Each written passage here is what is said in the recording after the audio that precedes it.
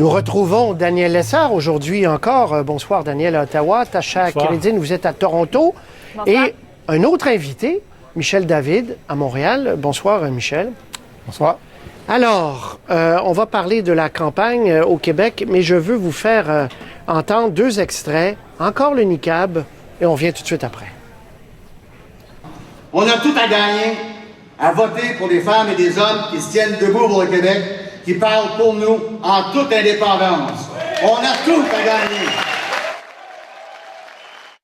Les conservateurs choisissent la politique de la peur et le Bloc québécois existe à cause de la politique de division.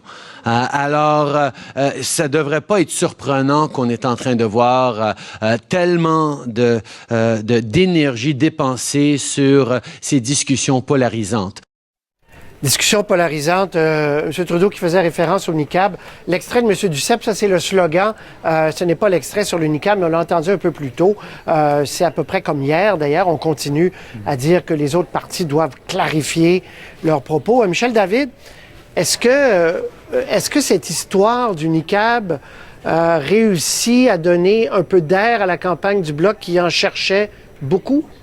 Un peu d'air temporairement, sans doute, parce que c'est un sujet que le Bloc est capable avec lequel il est capable d'attirer l'attention. Un des problèmes du Bloc depuis le début, c'est que tout ce qu'il dit, ça tombe à peu près dans le vide. Là, il y a un sujet qui, je pense, va accrocher, mais temporairement.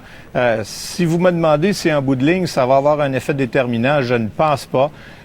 Souvenez-vous de la charte, hein, tout le monde trouvait que c'était bien épouvantable, les libéraux, leur position, qui ne voulaient interdire aucun signe, c'était enfargé dans le tchador, et en bout de ligne, ça leur a pas nui du tout. Alors, je pense pas que le 19 octobre, ça va être marquant dans l'urne. Tasha et Daniel, on en parlait hier, et on le voit, ça a suivi les caravanes des chefs aujourd'hui. M. Mulcair, entre autres, à qui on a posé 8 fois la question. M. Harper également, seriez-vous prêt même à aller jusqu'au nonobstant? Là, on essaye de sortir tout le jus de cette histoire-là. Là. Daniel. Absolument. Ou Tasha. Allez-y, Tasha. Allez-y, Tasha.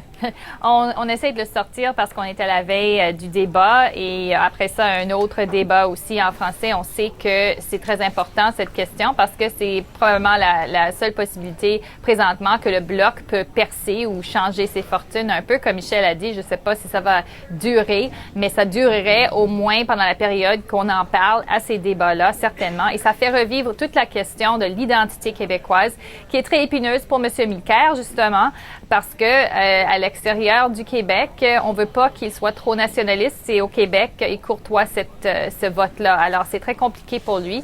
Et pour M. Harper, une baisse des fortunes de l'NPD peut l'aider dans certains comtés et ça peut aussi, malheureusement, pour lui aider le Bloc. Daniel, aujourd'hui, M. Mulcair s'est impatienté un peu après 2-3 questions là-dessus, puis il a dit à la journaliste, c'est comme si vous me demandiez d'enlever la liberté de presse. Donc, moi, un droit, c'est un droit. Sauf que c'est jamais clair sur le niqab, mais il répond sur les droits, en tout cas. C'est jamais clair et c'est jamais très populaire au Québec. Il y a sûrement plusieurs personnes qui s'étaient promis de voter pour le nouveau Parti démocratique et qui, là, repensent peut-être leur position. Est-ce que dans l'isoloir, le 19 octobre, la question qu'ils vont se poser, est-ce que je suis pour ou contre le niqab? Pas certain, moi non plus. Mais si le Bloc doit décoller, c'est cette semaine que ça doit se passer. Le niqab est un bon tremplin pour le Bloc. Est-ce que ça peut le mener jusqu'à une bonne performance le 19 octobre? Je ne le sais pas, peut-être, peut-être pas. Et Gilles Duceppe doit aussi faire la preuve jeudi que, bon, sur le niqab, c'est un instrument important, mais faire la preuve que le Bloc n'est pas un parti dépassé, n'est pas un parti fini, qu'il peut encore être pertinent, que Gilles Duceppe, avec une poignée de députés, disons une douzaine, là, pour avoir un statut officiel, peut bien représenter les intérêts des Québécois. Si ça ne décolle pas cette semaine, ça va être très difficile d'ici la fin de la campagne. Un mot là-dessus, Tasha et Michel, c'est que c'est symptomatique, Michel, vous l'avez dit, mais que le niqab soit le seul sujet où le Bloc a réussi à percer la grille des médias. Ça en dit beaucoup aussi, Tasha, là.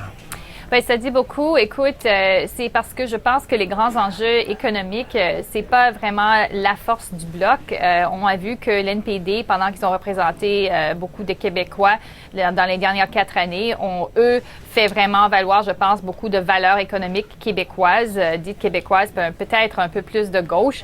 Et le Bloc québécois, il mise, je pense, plus sur la question nationale, la question d'identité, parce que c'est vraiment leur point fort. Mais il y a eu là des gros événements qui ont complètement monopolisé l'espace médiatique. Ça a commencé avec le Duffy Gate, ensuite la récession, les migrants, maintenant le niqab. Alors, il est certain que des questions comme celle-là, alors que le Bloc a relativement peu de haut-parleurs, il a participé à aucun des débats jusqu'à présent, il était très difficile de percer cette espèce de monopole avec des questions québécoises. Demain, il va avoir l'occasion, je pense, pour la première fois, de parler de choses comme l'empiètement des juridictions par le gouvernement fédéral, la question linguistique. Est-ce que, par exemple, M. Mulcair, jusqu'à quel point il est prêt à amender la loi pour permettre aux entreprises fédérales d'être soumises à la loi 101. Il y a toutes sortes de sujets comme ceux-là qui ont pratiquement pas eu d'écho, même si le Bloc a essayé de les faire lever, que demain, monsieur jeudi va avoir jeudi, dis-je, oui. Va avoir oui, je suis déjà rendu là. Va avoir l'occasion là de les mettre sur la table. Très bien. Peut-être une note là-dessus, rapidement, Patrice. J'écoutais Maria Mourani ce matin avec Alain Gravel. Il y a plusieurs candidats néo-démocrates au Québec qui sont vraiment pas à l'aise avec la position de Mulcair sur le niqab. Est-ce que ça pourrait éclater? Est-ce que quelqu'un pourrait sortir du rang?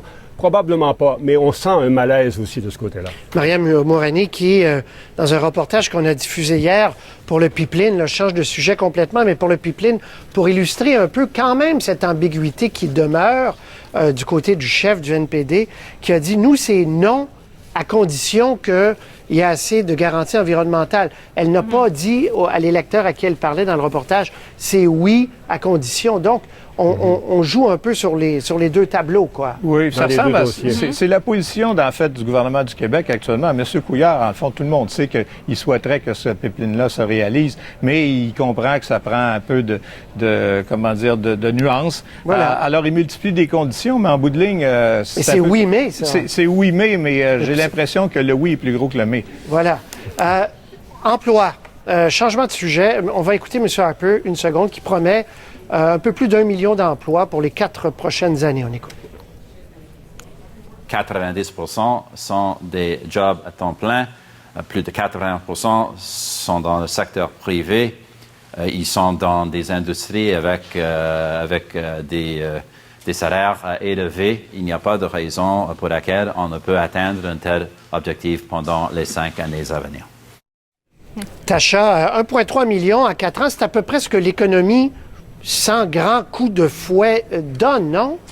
Bien, environ une moitié de ça serait donné par l'économie sans grand effort du gouvernement. Les conservateurs promettent de couper les cotisations pour l'assurance-emploi. Ils vont faire renaître le programme de subvention pour les rénovations à domicile. Alors, ils pensent que ces choses-là, ainsi que le fait qu'ils n'augmenteraient pas les impôts sur les entreprises, ça permettrait une continuation, une augmentation d'emplois en su. Ça dépend effectivement si l'économie continue à croître à une vitesse pas normale, mais une vitesse qui est prédit. Les prédictions sont maintenant à la baisse. Alors, est-ce que ça met en péril cela?